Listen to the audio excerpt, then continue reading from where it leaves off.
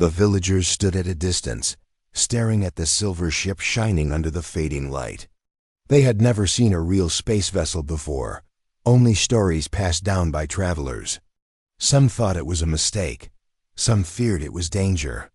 But little Mina knew it was hope. Inside her small house, the soft glow of the healing pod wrapped Lyly in blue light. Her chest moved slowly but peacefully. Her breathing had improved. The pod made gentle sounds as it worked, keeping her alive. Rollo stood beside the pod, checking the readings. "She's still weak," he said, "but she's stable. That's a good sign." Mina looked at him with big eyes. "Will she fly again?" Rollo gave a small smile. "If she rests and the poison leaves her body, yes. She will fly again." Mina's heart felt lighter. She had never met someone like Rollo before. He was calm, kind, and smart. He didn't treat her like a little girl. He listened. "Why did you come?" she asked. "I heard you," Rollo said, looking at her. "Your voice came through my ship. I knew I had to come." "No one else answered," Mina whispered. "I tried calling before." "The signal is bad," Rollo nodded slowly. "That should not happen. Every planet should have working emergency links. But small places like yours are often forgotten." He stood and walked to the door, looking out at the hills. "Many think rich people like me live only in the sky," he said. "But once, I lived in a village too, a small place. My sister got sick. We called for help. No one came." Mina looked down. "Did she get better?" "No," Rollo said softly. "She died. That's why I made emergency networks, ships, satellites. But somehow this place still had nothing." He turned to Mina. "Your voice reminded me. There's still work to do." Suddenly, a sound came from outside. Mina's father, Rokas, had returned from the city with his cart. He stopped in shock when he saw the silver ship and the group of people around it. Mina ran out. "Baba, you're home." Rokas dropped the basket and hugged her. "What is happening?" "What is this ship? Who is that man?" Mina smiled. "He saved Lyly." Rokas looked worried. "Who are you?" he asked Raylo as he approached the house. "My name is Raylo," the man said, holding out his hand. "The builder?" Rokas blinked in surprise. "The one from the Skyreach station?" "Yes. But why are you here?" "This is just a small village." Rollo looked at Lyly in the pod. "Because of her. Because of your daughter's voice." Rokas looked at his daughter with wonder. "You called him?" "I tried to call the doctor," Mina said, "but I pressed the wrong number." Rokas shook his head in disbelief. "And he answered." Rollo stepped outside. The villagers gathered closer now. Some looked scared. Others were simply amazed. "People of Tira 6, Rollo said loudly. "I came because something is wrong here. Your land is poisoned. The animals are sick. Maybe even your people. This should not be happening." One of the elders, a woman named Tula, stepped forward. "We told the mining office. They said it was safe. But since they came, our water tastes strange. Our crops are fewer." Rollo nodded. "I scanned the soil. There are heavy metals and toxins in it. Not safe for life." A man from the crowd shouted, "But what can we do? We are not rich. We have no voice." "You have one now," Rollo said. He took out a small cube and pressed a button. A silver ball floated up into the sky, blinking with light. "This is a medical drone. It will scan the land and collect data. I will send more. I will build a purifier for your water. And I will report this to the Human Alliance." The villagers gasped. "Why would you do this for us?" Tula asked. "Because a little girl reminded me what it means to care," Rollo said. "And because no one else did." Mina stood beside her father, smiling with pride. She felt braver than ever before as night fell. Rollo set up camp near Mina's house. His ship glowed gently in the dark. He worked late, typing reports, sending data, and building the small purifier from parts in his ship. Mina brought him soup from their kitchen. "You're still working?" She asked. Yes, Rollo said. There's no time to waste. Will the mining people be angry? She asked. They might be, Rollo said calmly. But truth is truth, and they can't hide it anymore. Mina sat beside him. Can I help? Rollo handed her a small tool. Yes, you can hold this while I fix the power line. They worked side by side, under the stars, and far above the planet. The first beacon of Project Lyly was activated, ready to connect every lost voice in the galaxy to someone who would listen. The sun rose gently over the hills of Tier 6. Light touched the rooftops of the small wooden houses. Birds sang soft morning songs. But something felt different in the village. In front of Mina's house stood a silver purifier, shining like a new star. Clean steam rose from it as it worked through the night, filtering the dirty water into something safe again. Villagers gathered around, taking small sips with wonder in their eyes. It tastes sweet again, said old Tula, smiling like a child, not like rust. Rollo stood nearby, watching quietly. He was tired but focused.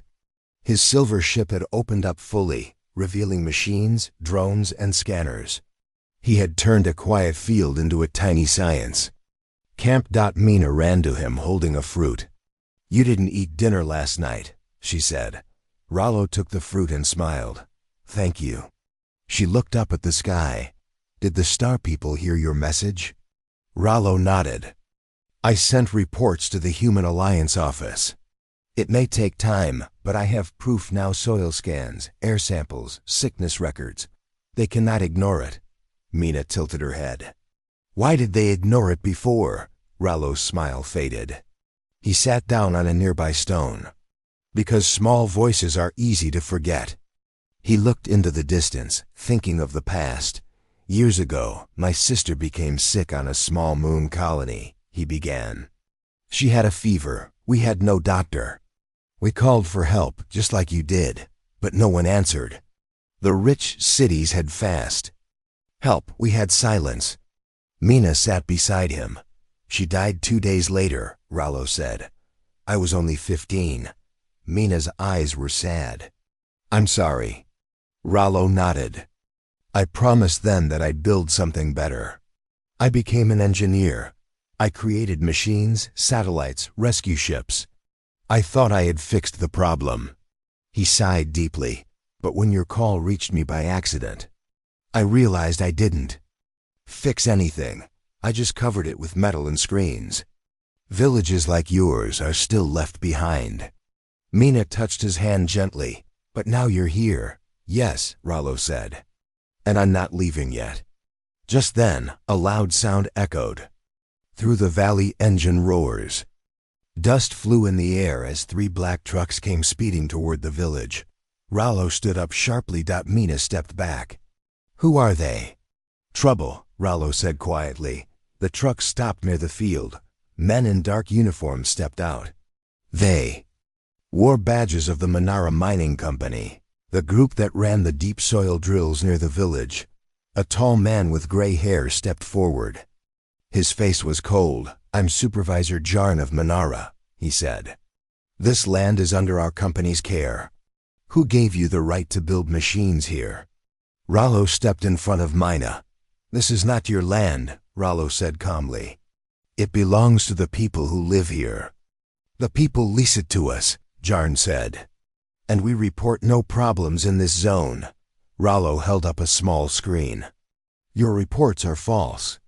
I found toxic waste in the water, metals in the soil, and records of animal deaths. Jarn narrowed his eyes. That information is classified. Not anymore, Rollo replied. I sent it to the Alliance. Jarn stepped closer, lowering his voice. Look, we don't want trouble.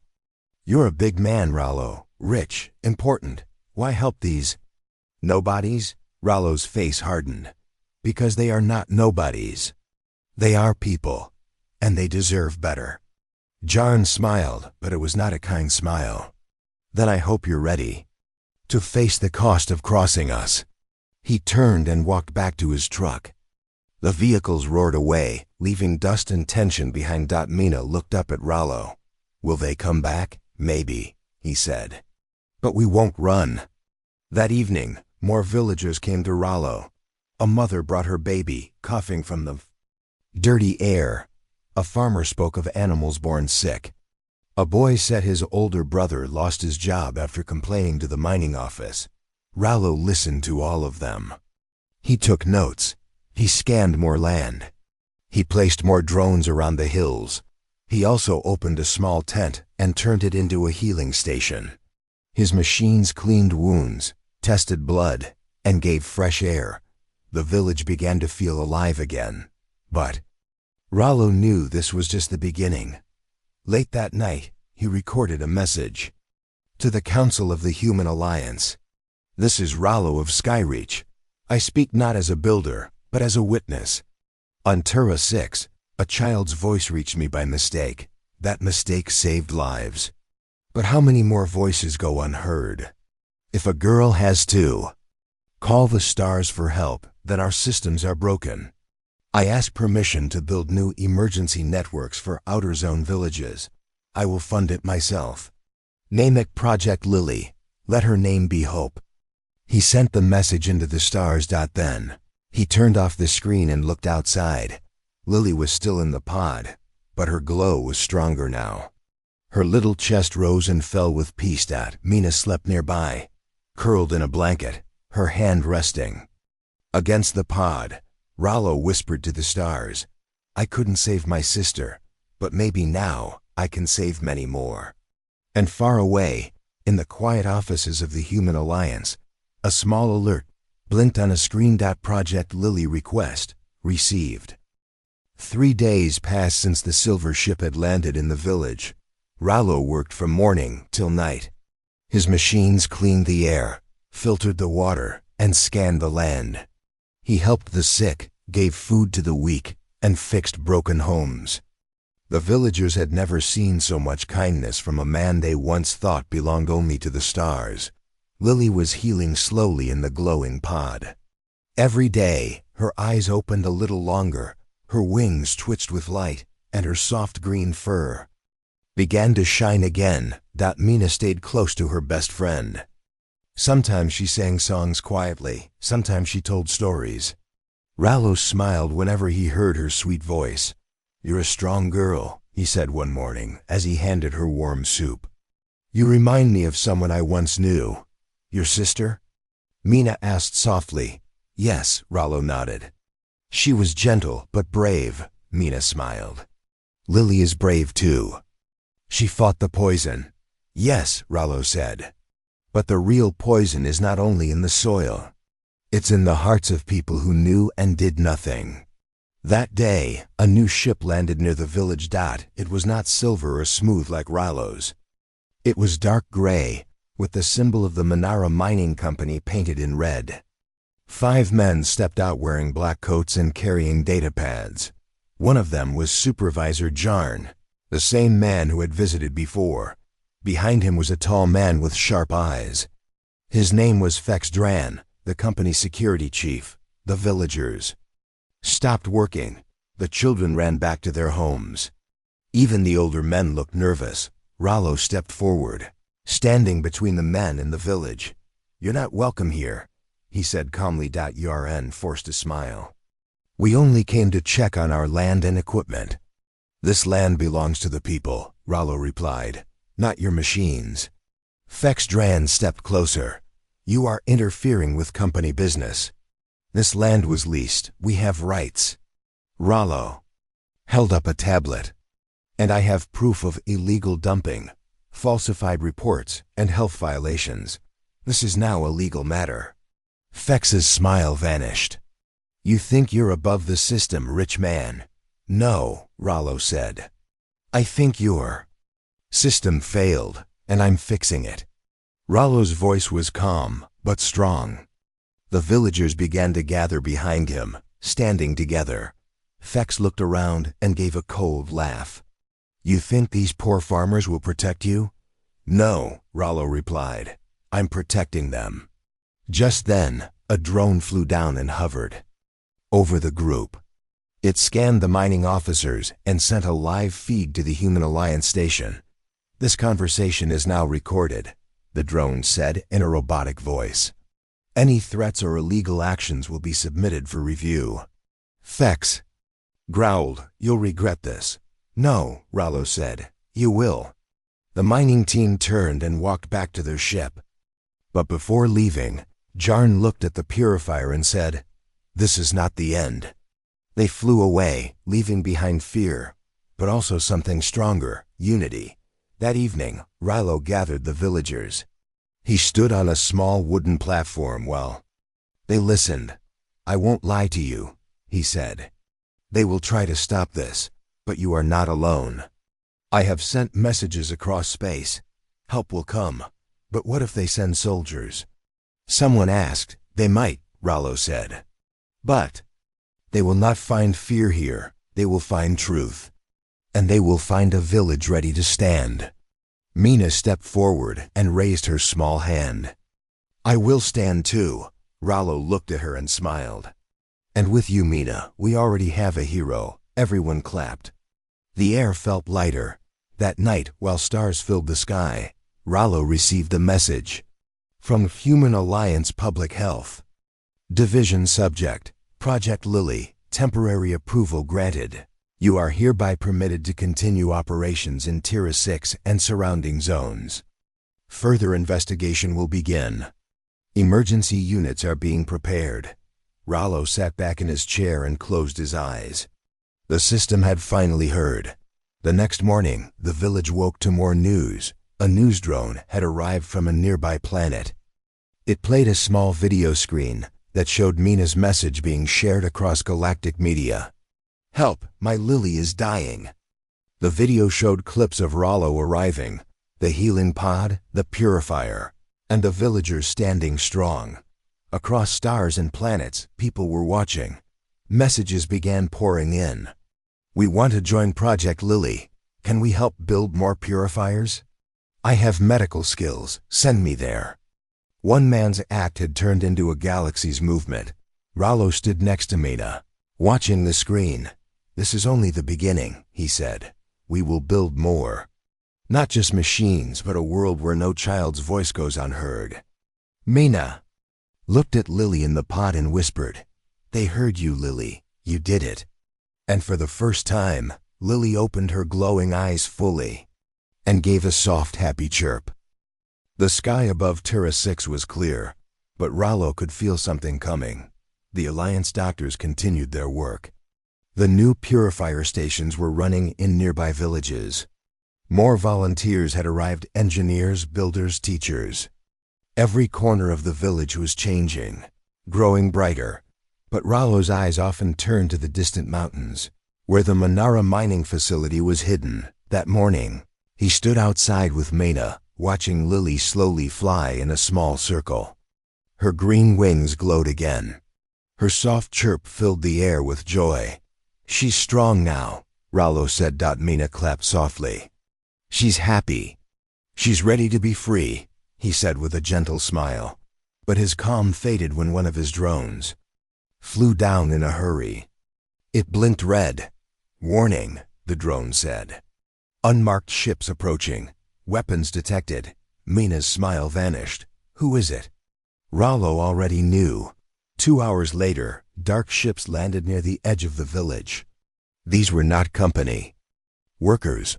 These were private guards, heavily armed, faces hidden behind black helmets. They wore the mark of Minara, but no names, no rank. From the largest ship stepped Fex Dran, the company's security chief, followed by a tall woman in a silver jacket. She was Nira Ven, head of Minara's Outer Systems Division. Villagers stood back in fear. Rollo stood calmly in front of them, arms crossed. "We warned you," Nira said, her voice cold. "This is company property. Your activities are illegal." "This is not company property," Rollo said. "This land belongs to its people, and your poison has been exposed." "You think your broadcast scares us?" she asked. "No," Rollo replied, "but truth does." Nira gave a signal. The guards stepped forward, pulling down signs. breaking the small healing tents and pushing equipment to the ground. Rollo raised his hand, and a silver disc flew into the air. It flashed with light and connected to satellites above. "You're being recorded," he said. "We don't care," Fex shouted. "You think the law protects you?" "No," Rollo said. "The people do." Suddenly, dozens of villagers stepped forward. Behind them stood the new workers, doctors, engineers, all united. And at the front of the group stood Mina, holding the silver beacon of Project Lyly. "You can't break this," she said. "This belongs to all of us." Rollo stepped beside her. "Do you want to push down a child now on live broadcast?" Nira looked around. The camera drone was floating above, already streaming the scene. People across the stars were watching. Fex clenched his fists. "We're not leaving without clearing this mess." Rollo gave another signal. From the sky, 5 Alliance patrol ships dropped into view. Their lights flashed blue. Their emblems glowed in gold. One of them spoke through a loudspeaker. "Stand down, Minara Security. You are acting against emergency protocol." Nira's face turned pale. "You called them?" "No," Rollo said. "They called me." The leader of the patrol stepped out. "We received hundreds of citizen reports within one day. The Alliance Council has ordered a full investigation." He looked at Fex. "Put down your weapons." The guards hesitated. Then one by one, they dropped their guns. The villagers cheered. Mina held the beacon high. Lyly flew above them, wings glowing like fireflies in the dark. Later that evening, the village was full of joy and celebration. Music played. Children danced. A big fire was lit in the center where people shared food and stories. Rollo stood alone at the edge, watching the stars. Mina walked up beside him. "They're gone," she said. "Will they come back?" "Not with the whole galaxy watching," Rollo said. "Now the law is finally listening. The mining company will face justice." Mina looked up. "Because of me?" "Because of us," Rollo said. "Because your voice reached someone, and that someone decided to act." She looked down at the beacon in her hand. "What happens next?" "We build," Rollo said. "We keep building. More beacons, more help, more voices heard." He knelt beside her. "You started a movement, Mina," he said. "You saved Lyly. You protected your home. You reminded everyone what matters." She smiled. "What matters?" "Kindness, courage, listening." By morning, Rollo's ship stood, ready to fly again. His team would travel to the next village, then the next, then 100 more. But before he left, he gave something to Mina, a small silver badge with a glowing symbol of a wing. "This is your beacon now," he said. "If you ever call again, I will answer." Mina hugged him tightly. "Thank you." "Rollo." "No," he said. "Thank you." As the ship lifted into the sky, Lyly flew beside it for a few seconds, as if saying goodbye. The villagers waved, their hearts full of pride. And high above Terra 6, the first full beacon tower of Project Lyly flashed its signal across the galaxy. One voice can change everything. The small village of Terra 6 was no longer forgotten. What started as a little girl's desperate message had now become a shining light across the galaxy. In just a few days, Project Lyly had spread like a warm fire. Videos of Mina's voice, Rollo's ship, and the silver healing pod were being shown on every channel. People from faraway planets were talking about it. They didn't talk about war, or business, or politics. They talked about hope. They talked about Mina. They talked about a rich man who listened to a child from a poor village and did something no one else had ever done. He cared. Rollo stood near the purifier early that morning. The air was fresher. The water was clearer. Even the birds sounded happier. He held a tablet in his hand, checking new messages. More than 400 people had sent requests to join Project Lyly. Engineers, doctors, builders, teachers, some even offered money and supplies. A message blinked from a famous Alliance doctor. Your little girl saved more than her pet. She woke up all of us. I'm coming to help. Another came from a teacher on a dry desert planet. We also have no clean water. Please bring Project Lyly to us.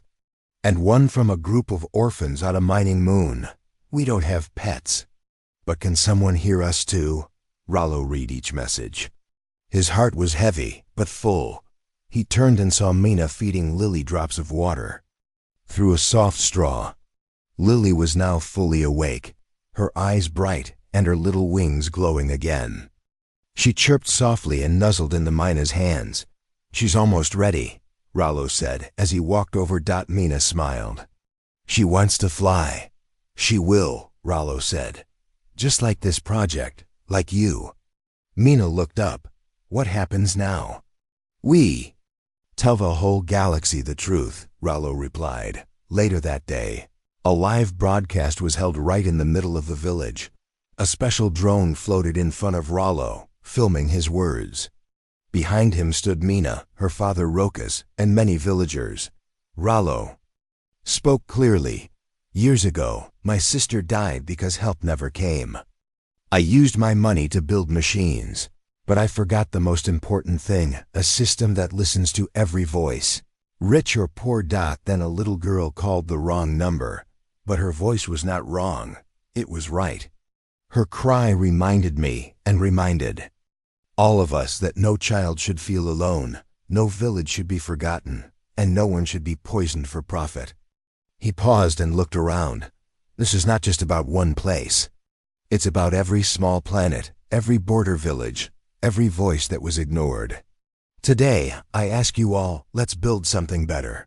He held up a small silver cube. This is the heart of Project Lyly, a beacon, a call, a promise that if someone cries out in the dark, we will hear them. He gave the cube to Mina, and it begins with her. The broadcast ended, but the message flew across space, reaching billions. People cried, people clapped, people believed. Again, that night, the stars above Tura 6 shone brighter than ever. Mina sat by Lyly, holding the silver beacon cube. She looked up and saw Rollo walking alone near the forest edge. She followed him. Are you okay? She asked gently. Rollo looked at her and gave a small smile. I'm proud, but tired. You helped so many, she said. You helped more. He replied, without you, I would still be in my tower in the sky, building things that don't matter. Mina looked at the trees. Do you think other girls like me are waiting for help? I know they are, Rollo said. That's why we have to keep going. He took out a small device and placed it on the ground. It beeped and glowed. What is that? Mina asked. A satellite uplink, he said. It will connect this whole area to the new network. No more missed calls. No more silence. The device floated into the air and shot into the sky, leaving a trail of light behind. Mina gasped. It's beautiful. It's just the first, Rollo said. I plan to launch 1,000. The next day, a large ship arrived from the Human Alliance. It carried doctors, healers, and health workers. They came with tools, medicine, and scanners. They worked side by side with Rollo's team and the villagers. The new arrivals brought food, clothes, and even toys for the children. One little boy hugged his first clean blanket and whispered, I never had my own before. Rollo walked through the village, watching the joy, the healing, the change. But as he reached the edge of the hill, he saw something that made his face turn serious. Dark smoke in the distance. The Manara mining facility. They were burning waste. Again, faster this time, maybe to hide the evidence. Rollo narrowed his eyes. They won't stop, he said. Not until someone makes them. He turned back toward the village where Project Lyly had grown from one voice into a billion. He knew the fight wasn't over, but now he wasn't fighting alone. 1 month had passed since Mina's call changed everything. Tura 6 was no longer forgotten. The village now had clean water, fresh air, working lights, and a new school made from shining white metal. People no longer whispered in fear. They talked. With hope, they smiled freely. Children played without coughing. Elders sat outside their homes, enjoying the warmth of the sun. And in the middle of it all stood a tall silver tower, the first completed beacon of Project Lyly. It flashed once, every few minutes, sending a quiet signal into the sky. We hear you. Mina stood outside the new school. She wore a clean dress, her hair tied back neatly. In her hand was the small badge Rollo had given her, a symbol of the first voice that was truly heard. Lyly sat on her shoulder, her green feathers shining. She looked strong and peaceful now. Today was a big day. Rollo was returning, and he wasn't coming alone. The whole village gathered near the landing area. Children held small flags. Music played from new speakers. Flowers lined the path. When Rollo's silver ship landed, the villagers cheered, but this time, 5 other ships followed. One carried Alliance Council members. Another held medical and education leaders. One brought builders. One carried a full media team. And the last one held something very special. As Rollo stepped out, he looked around the village with a big smile. He looked healthier, lighter, his eyes filled with peace. He walked straight to Mina. She ran to him and hugged him tightly. Lyly chirped happily. "I missed you," she said. "I missed you too," Rollo replied. "And I have something for you."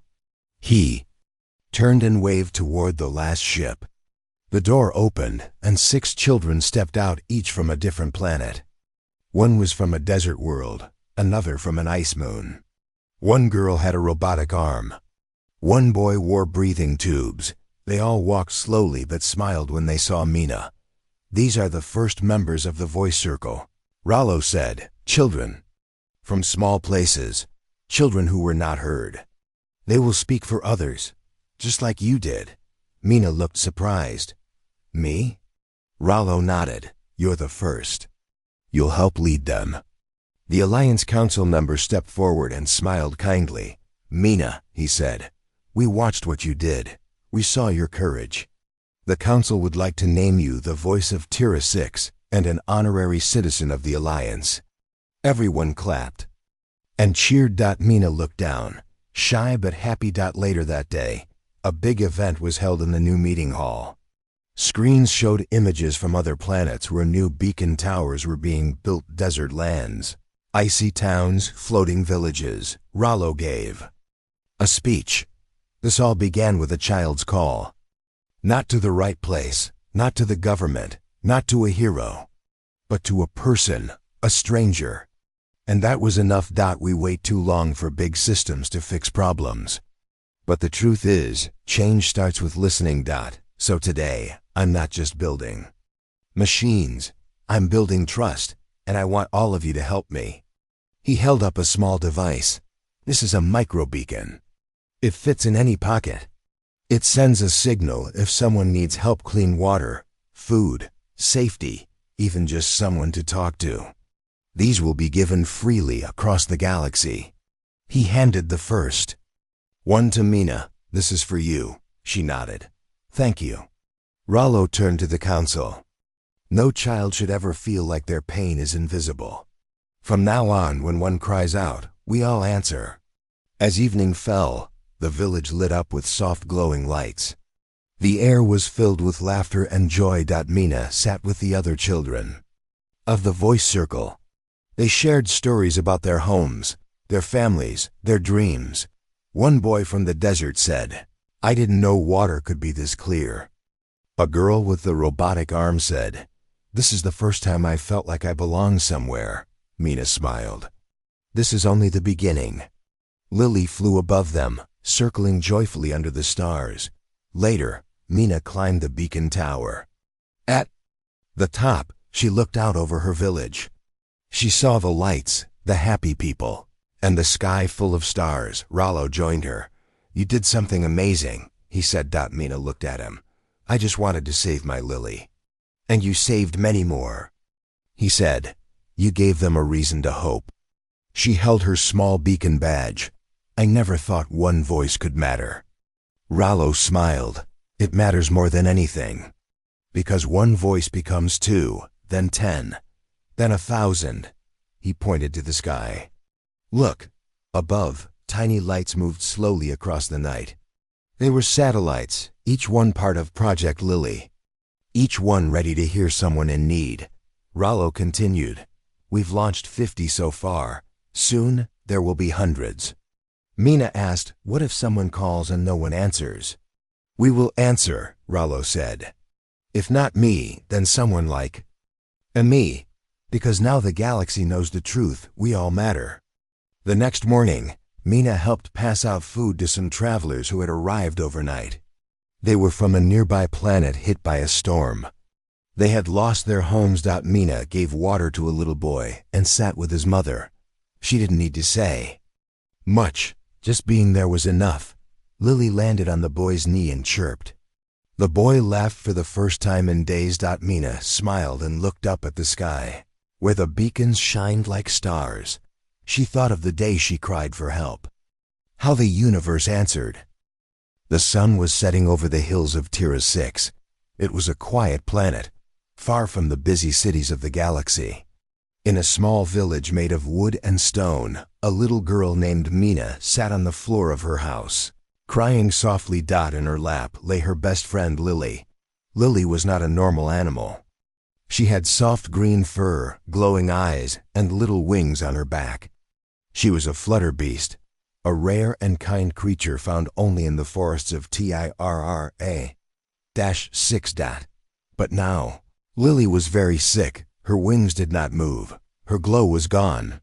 She made a weak sound and closed her eyes. No, Lyly, please don't go. Mina cried, holding her tightly. You'll be okay. I'll get help. Her parents had gone to the capital city 3 days ago to sell fruits at the market. The village doctor had also left on a long trip. Mina was alone, with no one to ask for help. She remembered the old device her father kept on the shelf. It was dusty and had a cracked screen, but it still worked. She pressed the green button and spoke into it. Help, please. My Lyly is dying. Someone come. There was no answer. The signal was weak. She tried again. Her voice shook with fear. Please, anyone. Her name is Lyly. She's my friend. She can't breathe. I don't know what to do. On the other side of the galaxy, far above Tira 6, in a large space station called Skyreach, a man named Rollo sat inside his office. Rollo was a billionaire and one of the smartest engineers in the galaxy. He had built starships, satellites, and even defense shields for the human alliance. Many called him cold and serious. He didn't smile often. At that moment, he was speaking with government leaders about a new weapon system. Suddenly, his personal screen blinked. A strange signal came through. It was broken and full of static. Then, a voice played. Help, my Lyly is dying. Rollo paused. Another voice played, softer, full of tears. Please. Anyone. Her name is Lyly. Everyone in the meeting room went silent. Where is this coming from? Rollo asked his AI assistant. Signal origin, Tira 6. Emergency code was not entered. This appears to be a misdial. The others laughed. Some child pressing buttons, said a general. But Rollo didn't laugh. He listened again to the message. He heard pain. He heard love. He remembered something from long ago, his little sister, crying over her own pet who died because no help came in time. He stood up. Cancel the meeting, he said. But sir, the defense board. I said cancel it. Rollo repeated. He walked straight to the hangar and called for his ship, the Ember Ray. It was fast, silent, and strong. As the ship powered up, Rollo sent a message to his assistant. Find everything about Tira 6. I want full environmental, health, and mining reports. Then he sat down and looked at the old screen again. The child's voice repeated in his ear. She can't breathe. Back in the village, Mina sat beside Lyly, who was now barely moving. She wiped her tears and whispered, I'm sorry, I tried. Suddenly, the air outside changed. The wind stopped. A soft hum filled the sky. Mina stood up and ran outside. Above her house, a silver ship slowly came down. Its wings opened like the petals of a flower. It landed gently in the open field near her home. A ramp opened, and a man stepped out. He was tall, with short black hair and calm eyes. He wore simple clothes, not fancy like a rich man. Mina was scared at first, but he smiled softly. "Are you Mina?" he asked. She nodded, her eyes wide. "Are you from the stars?" "I got your message," he said. "Where is Lyly?" She took his hand and led him inside. Lyly was still there, lying on the blanket. Rollo knelt down and placed a small device over Lily's chest. It beeped and showed green lights and numbers. "This creature is rare," he said. "She's not just sick, she's poisoned," Mina gasped. "Poisoned?" "Yes. The soil here has been touched by something bad, likely waste from mining. It's made her weak." He opened a small pod from his ship and gently placed Lyly inside. The pod closed, and soft blue light began to glow inside it. "She will be okay," he said. "This pod will clean her blood and help her breathe." Mina smiled for the first time that day. "Thank you, Starman," he chuckled. "My name is Rollo." "Thank you, Rollo," she said. Outside, other villagers began to gather, whispering and pointing. "Who is he? Why is there a ship? Did he come for war?" But all Rollo cared about was the small girl and the glowing creature resting inside the pod. He looked at the ground. He picked up some soil and scanned it. His face grew serious. "This place is in danger," he said softly. Mina looked up at him. "Will you leave now?" "No," he said. "Now that I'm here, I won't leave until everything is right."